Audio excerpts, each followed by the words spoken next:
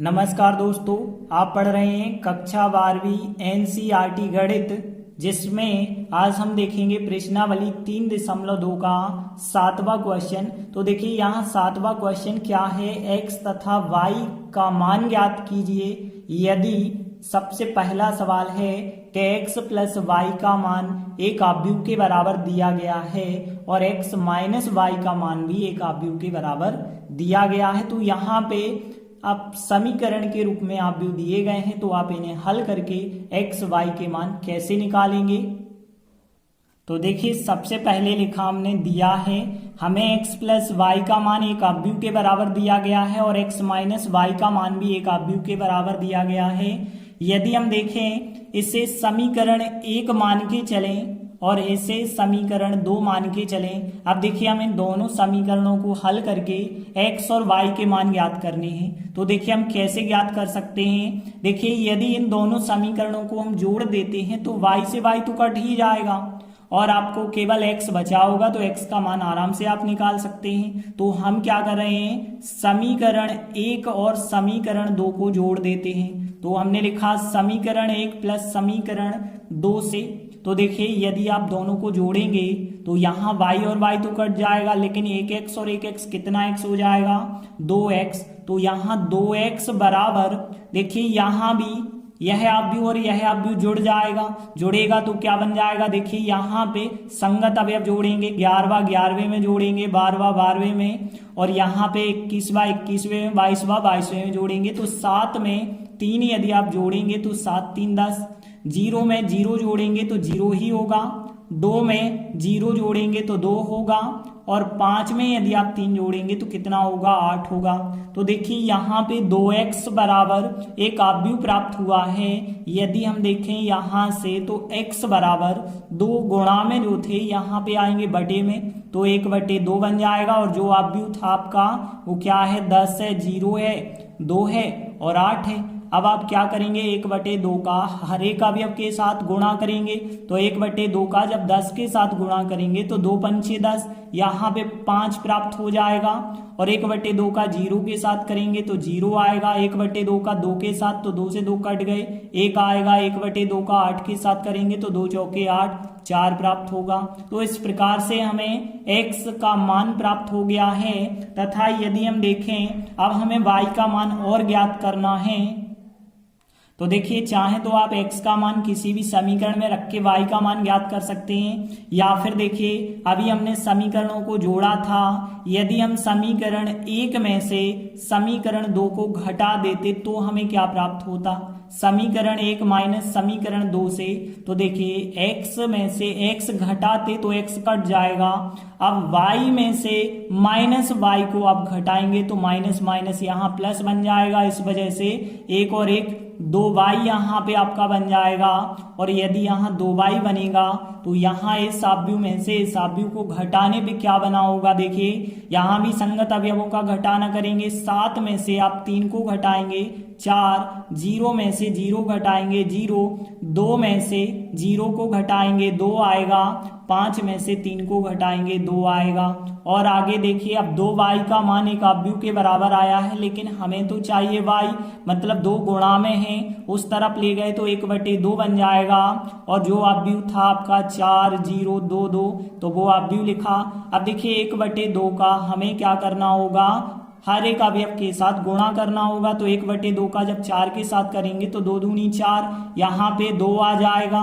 1/2 का 0 के साथ करेंगे 0 आएगा। 1/2 का 2 के साथ तो 2 से 2 कट गए 1 आएगा।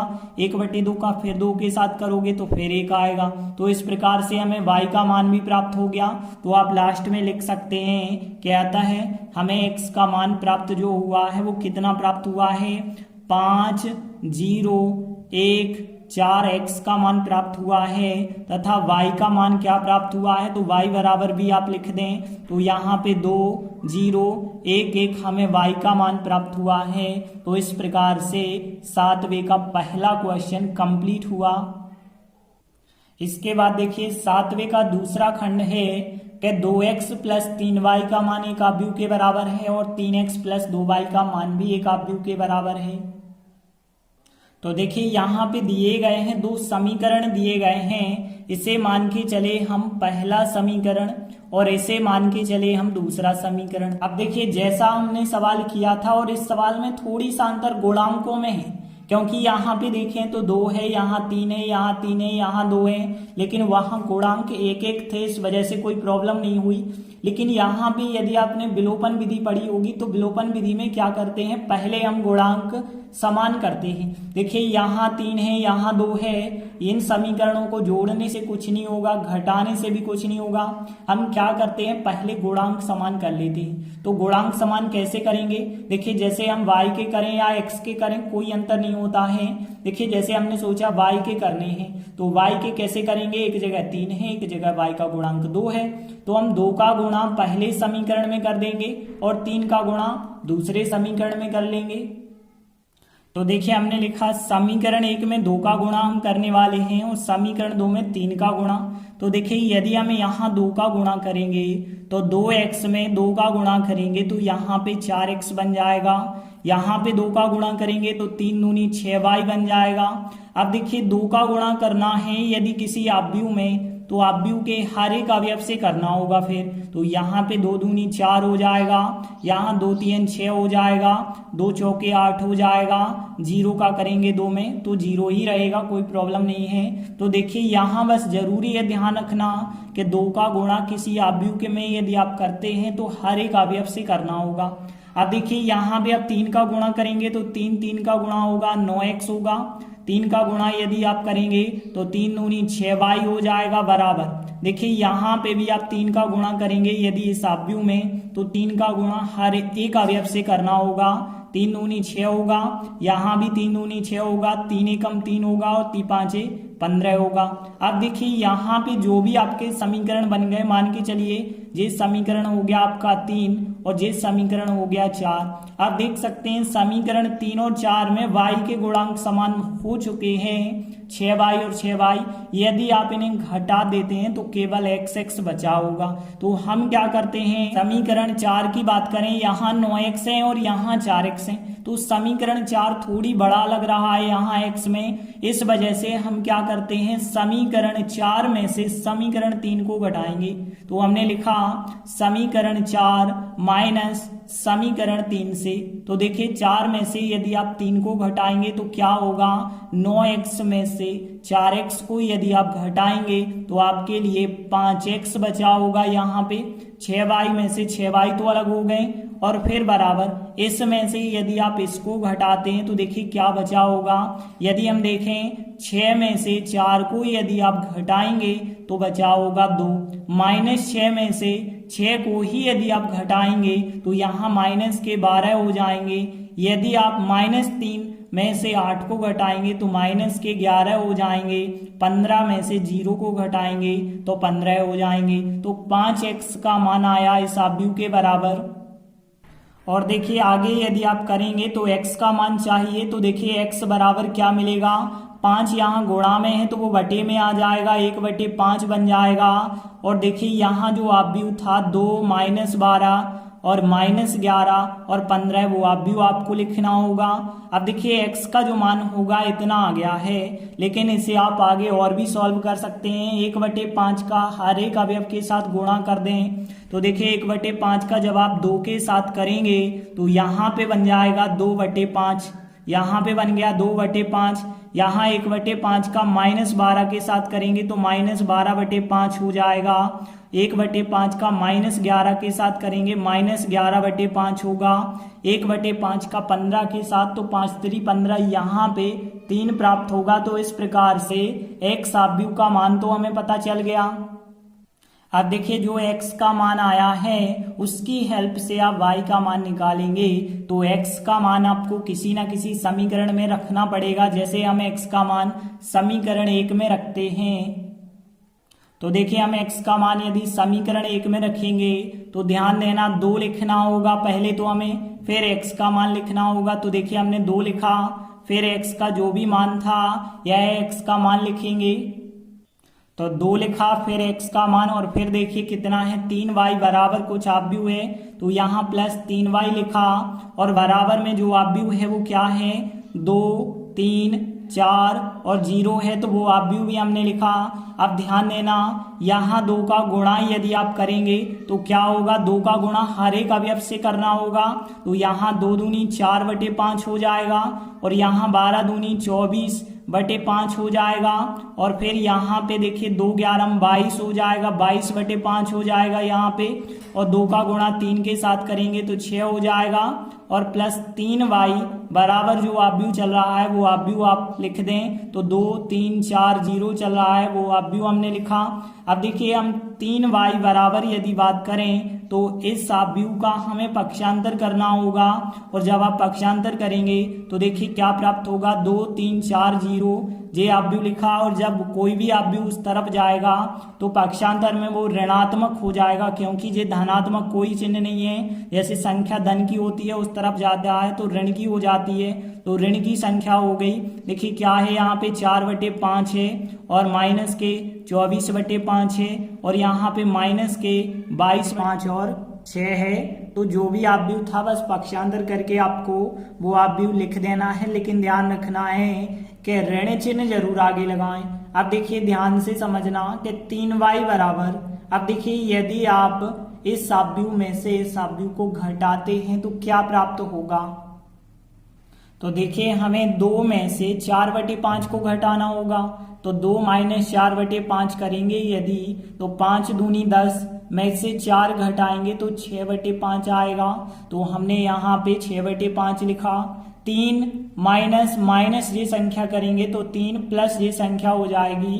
3 + 24/5 की यदि हम बात करें तो यहाँ पे हो जाएगा 5 3 15, 15 और 24 यदि आप जोड़ेंगे तो कितने हो जाएंगे, 39/5 आएगा। तो यहाँ पे हमने फिर लिखा 39/5। देखिए 4 माइनस और माइनस यहाँ पे प्लस बन जाएगा, तो यहाँ पे 4 + 22/5 यदि आप सॉल्व करेंगे तो यहाँ पे देखिए 4 × 5 = 20, 20 और 22 जोड़ेंगे तो कितने हो गए, 42/5 हो जाएंगे।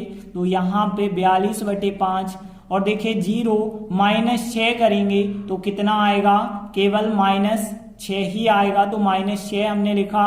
अब देखिए 3y का मान इतने के बराबर आया है, लेकिन हमें तो चाहिए y का मान, मतलब 3 जो गुणा में थे वो 1/3 बन जाएंगे और यहाँ पे 6/5, यहाँ 39/5 और यहाँ 42/5 और यहाँ -6 जो था वो हमने लिखा।